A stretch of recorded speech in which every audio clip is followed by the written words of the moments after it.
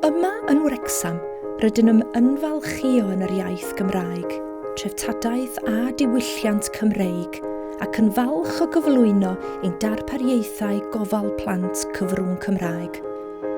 Rydym yn blaenoriaethu ymdeimlad o berthyn ein plant ieuengaf. Mae cynefin wrth wraidd popeth a wnawn.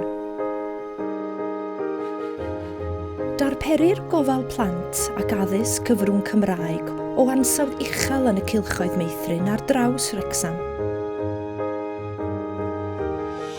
Mae'r ymarferwyr sy'n siarad Cymraeg yn meithrin perthnasoedd cryf ac ymddiriedus gyda'r plant a'i teuluoedd.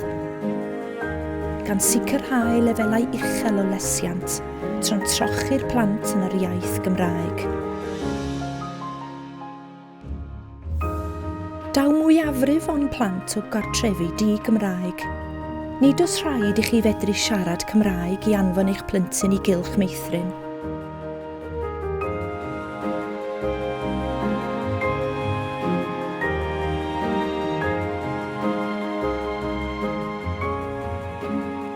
Mae llawer o fanteision i fod yn ddwyieithog. Mae ymchwil yn dangos gall plant sy'n siarad dwy iaith fod yn fwy aml bwrpas, yn meddu sgiliau meddwl fwy creadigol, ac yn dysgu ieithoedd eraill yn rhwydd. Mae plant ifanc iawn yn naturiol chwilfrydig, a byddant yn barod i ddysgu ac addasu i iaith arall. O fewn y cylch, bydd plant yn ymddiddori ac yn cael eu hysgogi i ddysgu a datblygu ar eu cyflymder eu hunan, mewn awyrgylch Cymreig falch. Anogir annibyniaeth a hyder wrth ddysgu'r Gymraeg.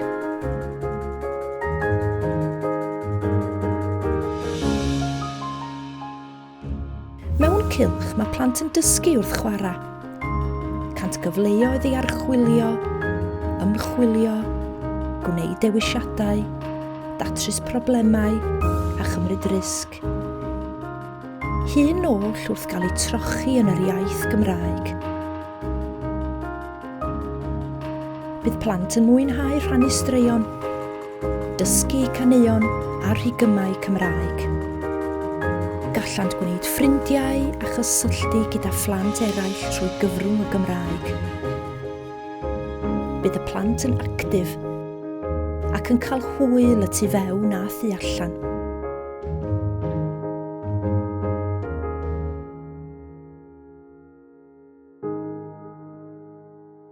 Am ragor y wybodaeth am eu lleoliadau cyfrwng Cymraeg a sut i wneud cais am le, cyfeiriwch at wefan Cyngor Bwydeistref Sirol Wrecsam.